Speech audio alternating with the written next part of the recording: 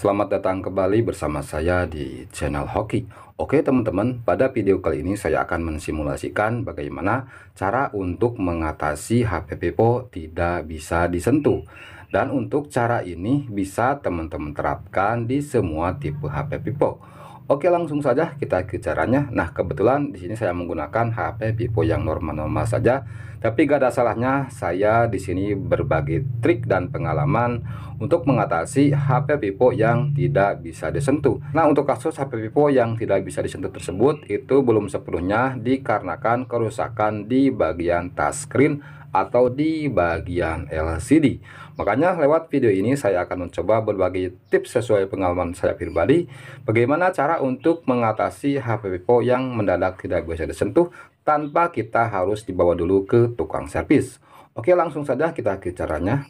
Nah, untuk caranya di sini kita menggunakan metode mematikan paksa pada HP Vivo.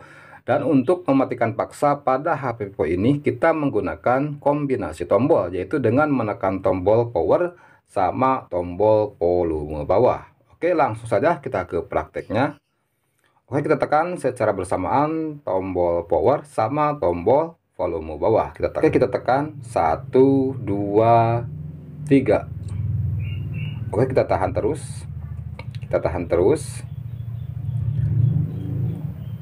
Tahan yang kuat ya teman-teman. Nah, HP-nya sudah mati. Kita tahan terus seperti ini. Kita tahan.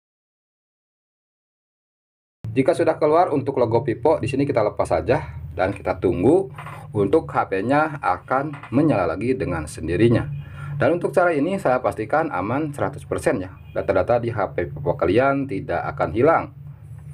Nah, jika di HP teman-teman tidak ada perubahan dengan menggunakan tombol power sama tombol volume bawah, silakan teman-teman coba dengan menggunakan tombol power sama tombol volume atas dan kalian tekan secara bersamaan.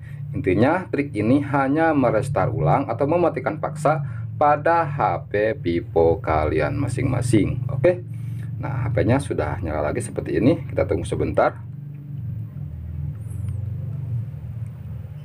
Nah, jika sudah seperti ini, langkah berikutnya untuk HP Vivo ini bisa kalian gunakan kembali.